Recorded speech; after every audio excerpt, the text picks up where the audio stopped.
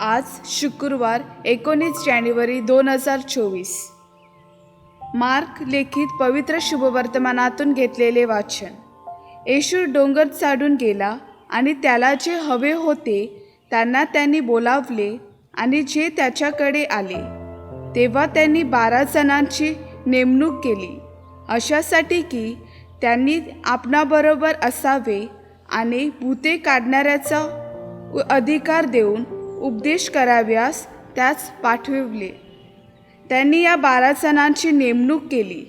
शिमोन याला त्यांनी पेत्र हे आणखी एक नाव दिले, जब्देचा मुलगा याकोब आणि याकोबाचा भाऊ योहान यास बोआनेर्गेस म्हणजेच गर्नेचा पुत्र हेही नाव दिले. आंद्रेया, फिलिप, बार्थोलोमिय, बोत्तेय, थोमा, अल्फियाचा मुलगा याकोब, तद्देय, शिमोन कनानी आणि त्याला धरून देणारा यहुद्या इस्कारियत. चिंतन. प्रभू येशूने जेव्हा आपल्या मिशन कार्यास सुरुवात केली तेव्हा त्यांनी 12 प्रेषितांची निवड केली. 12 प्रेषित सतत येशूबरोबर राहिले आणि चालले.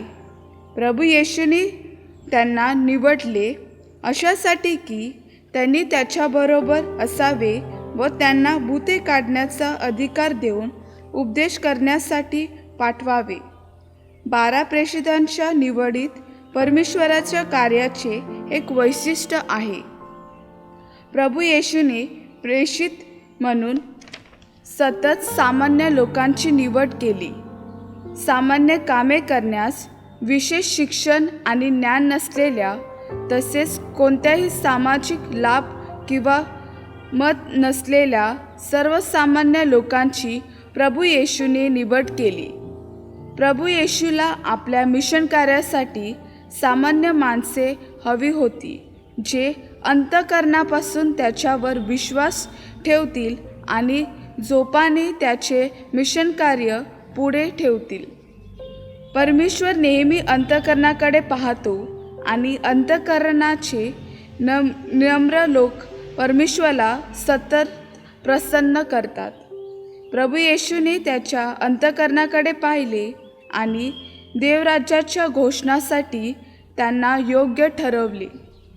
आपणास 12 प्रेषितांच्या मिशन कार्यामध्ये सहभाग मिळाला आहे, म्हणजे अंतःकरण प्रभूकडे लागले आहे का आणि जोपविले कार्य आपण पार पाडण्यास मी तयार आहे का?